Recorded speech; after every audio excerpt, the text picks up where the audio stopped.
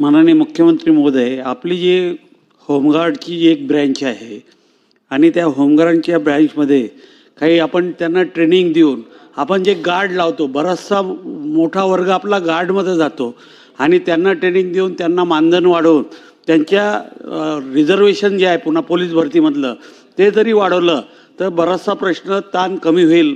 या संदर्भात आपलं शासनाचं काय धोरण? आपण तो निर्णय घेतलेलाच आहे. होमगार्डपेक्षाही आपलं जे एक महामंडळ आहे की ज्याच्यामध्ये आपण काय करतो, आपल्याकडे समजा 10 जागा आहेत, तर 10 जागांवर 10 लोक घेतल्यानंतर त्याच्यापुढे 11, 12, 13, 14, 15 जे असतात ते त्या महामंडळात जातात. तर तिथे म्हणजे ते पोलिसांच्या सिलेक्शनमधूनच आलेले आहेत आणि मग ते आपण कुठे प्रायव्हेट सिक्युरिटीला याला त्याला असं आपण ते देतो.